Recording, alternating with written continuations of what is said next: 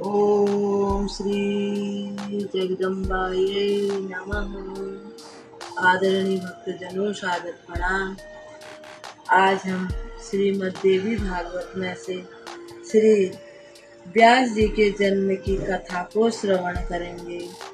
ओम श्री गणेशाय नमः। ओम श्री सद्गुरुदेवाय नमः। ओम श्री सरस्वते नमः। ओम ऐं ह्रीं क्लीं चामुण्डाय विच्चे। ओम ऐं ह्रीं क्लीं चामुण्डाय विच्चे। ओम ऐं ह्रीं क्लीं चामुण्डाय विच्चे।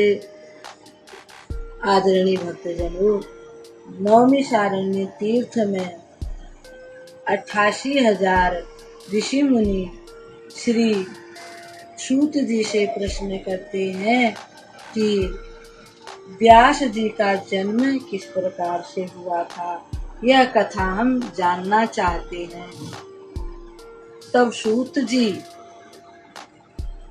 88,000 ऋषि मुनियों को संबोधित करते हुए कहते हैं, एकदा तीर्थ यात्रायां ब्रजन् पाराशरो मुनिः आजगाम महातेजा कालिंद्या तटमुत्तमम्। कहते हैं कि एक समय की बात है, मुनि और पाराशर जी तीर्थ यात्रा पर गए हुए थे। घूमते हुए वे यमुना नदी के पावन तट पर पहुंचे। वहां पर मत्स्यगंध्या यानी कि मछली की जैसी जिसमें से गंध आ रही थी, उस एक कन्या को देखकर मुनि के मन में वासना जागृत हो गई। उन्होंने अपने दाहिने हाथ से उसका दाहिना हाथ पकड़ लिया। मत्स्यगंध्या ने मुनि से कहा, आपका तो उत्तम कुल है, मेरे शरीर से तो मछली की दुर्गंध निकलती है। मुझे देखकर आपके मन में वासना जागृत हो गई। हे मुनिवर, ये अच्छी बात नहीं है, आप ऐसा क्यों कर रहे हैं? मत्स्यगंधा के ऐसा कहने पर पाराशर जी ने अपने तपोबल से उसे कस्तूरी की गंध वाली कन्या बना दिया। उसके शरीर से निकलने वाली गंध 4 कोस दूर तक फैल गई। तब मुनि से वह योजन गंधा कल्याणी सत्यवती कहने लगी, मुनिवर, मैं यहाँ पर हूँ, मेरा सारा समाज यहाँ पर विद्यमान है, मुझे सब देख रहे हैं। दूसरे तट पर मेरे पिताजी भी हैं। सत्यवती के युक्तिपूर्ण वचनों को सुनकर पाराशर जी ने उसी क्षण अपने पुण्य के प्रभाव से चारों ओर कोहरा उत्पन्न कर दिया। कोहरे के कारण यमुना तट पर अंधेरा छा गया। इस पर सत्यवती ने मुनि से कहा, मैं कुंवारी कन्या हूँ, यदि गर्भवती हो गई तो पिताजी को, अपनी माताजी को मैं क्या उत्तर दूंगी, और समाज में मेरे माता पिता की और मेरी भी बड़ी निंदा होगी। हे मुनिवर, यह आप मुझसे क्या कह रहे हैं? पाराशर जी ने उत्तर दिया, प्रिय, मेरे प्रिय कार्य करने पर भी तुम कन्या ही रहोगी। तुम्हें और जो भी कुछ वरदान चाहिए सो मुझसे मांग लो।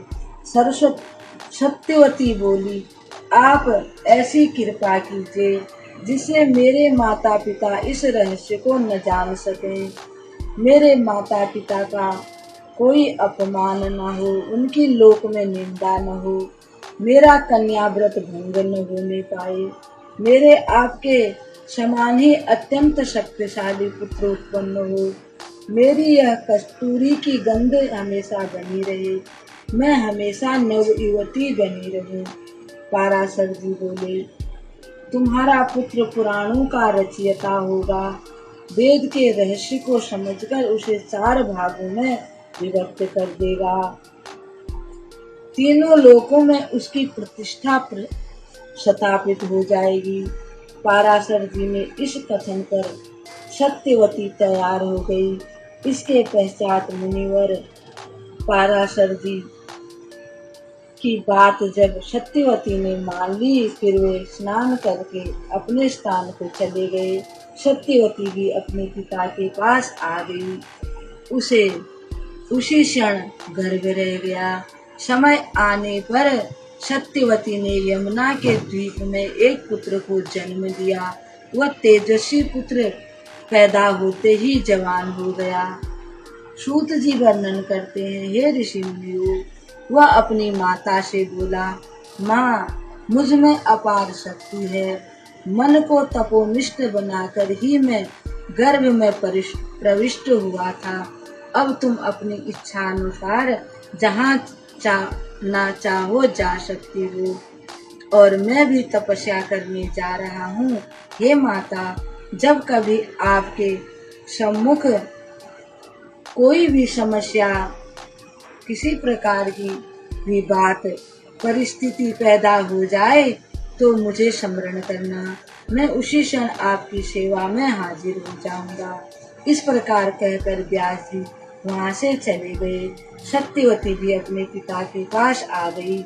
सत्यवती ने यह यमुना द्वीप में व्यास जी को जन्म दिया था, इसलिए उनका नाम द्वैपायन हो गया प्रसिद्ध।